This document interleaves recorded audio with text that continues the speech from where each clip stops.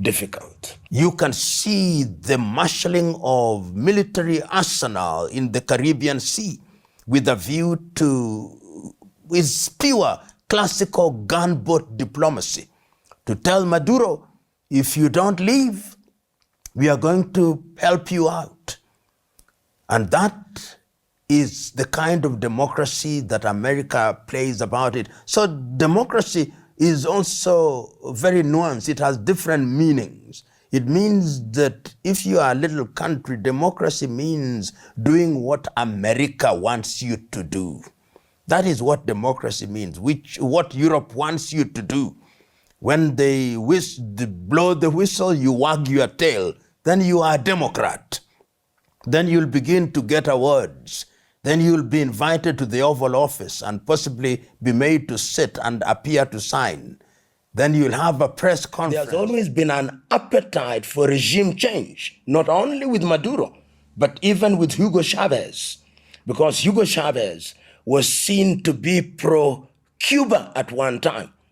And this must be seen in the context of controlling the Caribbean and ensuring that you have a buffer. Because in Latin America, you also have an administration in Brazil with Lula, which is not pro-United States of America. So all those factors conjoined tell you that there is a single thread, and they must not be seen independent of the fact that there is a rising power, China, and that the United States of America has said that as we speak now, there is a trade war between China and the United States of America.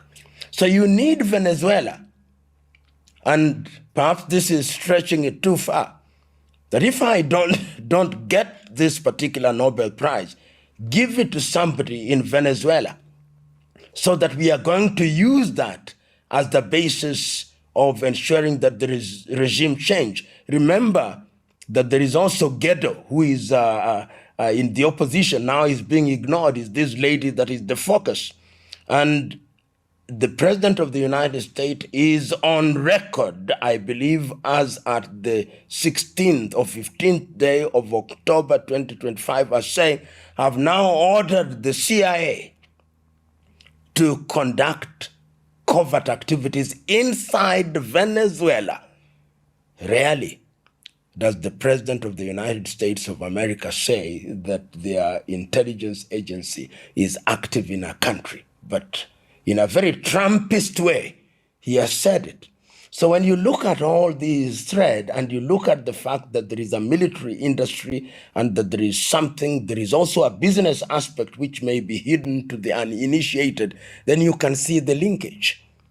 Those who want activity in order to control the oil in Venezuela, in order to control the administration in Venezuela so that you have a military presence and a friendly government to checkmate the Lula government, which is seen to be socialist and almost part of the BRICS. We must not forget the BRICS.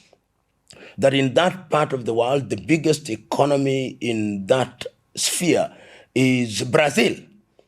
And you must not forget that Brazil has now become the supplier of certain products which China was buying from the United States of America. So if you are present, you boots on ground in Venezuela, and you are projecting yourself in the Caribbean, you are making something that is useful to the United States of America in that regard. The military industry must also not be forgotten. They need to sell bullets. They need to sell missiles. So the world is very interesting. And when I look at this and I think of the recent display of some of the most sophisticated weapons in China, and I saw the recent parading of what the North Koreans saying is a missile that can hit anywhere in the United States of America, and I see all these apparently innocent activities by the Nobel Peace Committee sitting in Sweden and giving the prize in Oslo, which is where the Peace Prize originated from, then you see that a lot of things, a lot of parts are in motion, but yet there could be a single thread that is connecting them. And the single common denominator in all these things is the United States of America and, of course, President Trump. And if you look at it from that perspective, you can also emerge with one theory. America, which has until now been the dominant economic military power after the World War II, is feeling threatened by China, threatened by Russia from a military perspective, technologically threatened by China and India, in terms of trade and manufacturing threatened by China.